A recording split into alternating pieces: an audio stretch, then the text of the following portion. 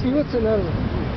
Сейчас идет о том, что Россия там якобы болеет за соотечественников.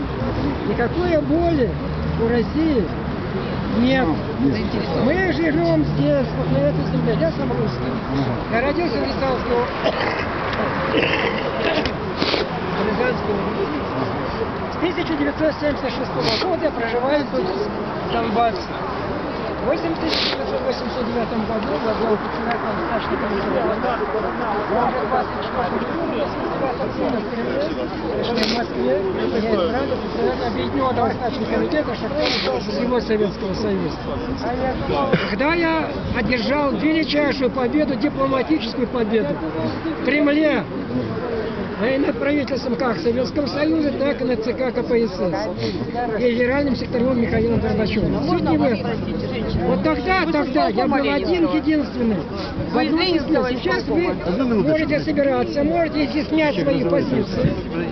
Для того, чтобы решить сейчас механизм реализации защиты своих прав, нам нужно одно единственное – организоваться.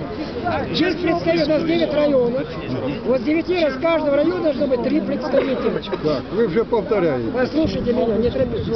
Вот когда мы создадем вот эту инициативную группу, с каждого района, с 9 районов, и мы тогда начинаем решать вопрос, один единственный вопрос. Вопрос контроля власти. И не переживайте о том, что на сегодняшний день нас очень мало. Завтра будет больше. А послезавтра придет все, весь будет Донбасс. Поверьте мне, это будет. Я не хочу много занимать у вас времени. Я очень вам благодарен. Спасибо, что вы меня выслушали. Вот. Вам большое спасибо, что вы нам ясно рассказали. Да, как это все сделать? Вот уже начинаем мы сегодня. Вот то, что мы сейчас начинаем, вот это и есть уже механизм реализации и защиты наших прав. Поверьте мне, это... Один вопрос. Да, пожалуйста. Вы знаете, я помню 89-й год, помню 90-й год. Я сам шахтер. Я помню за эту забастовку. Я вот одного не пойму, почему шахтеры в тот момент отказались от поддержки других рабочих. Нет, давайте начнем. Не, вот это меня интересует. Меня интересует другой вопрос. Как вы считаете, правильно это было сделано или нет? Вы как руководитель на тот момент. Нет, вы мне прямой ответ. Да, я прямо отвечу. Нет.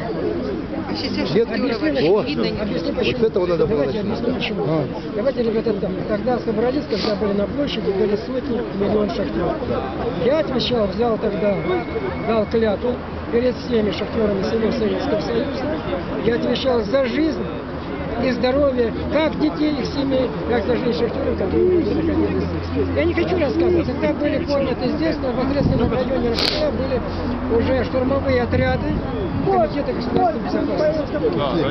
Те, кто был на забастовке, прекрасно знал. Вопрос, когда я отдал вопрос, уже поставил вопрос о том, что мы едем в Москву, я никому об этом не говорил. Потому что здесь комиссия, которая была во главе с Рябиным, она была наделена особыми полномочиями. Но когда я понял, осознал о том, что она не может решить те вопросы, тогда я выступил с шахтерами, о том, что сказал, что мы едем в Москву в Кремль. Конечно, это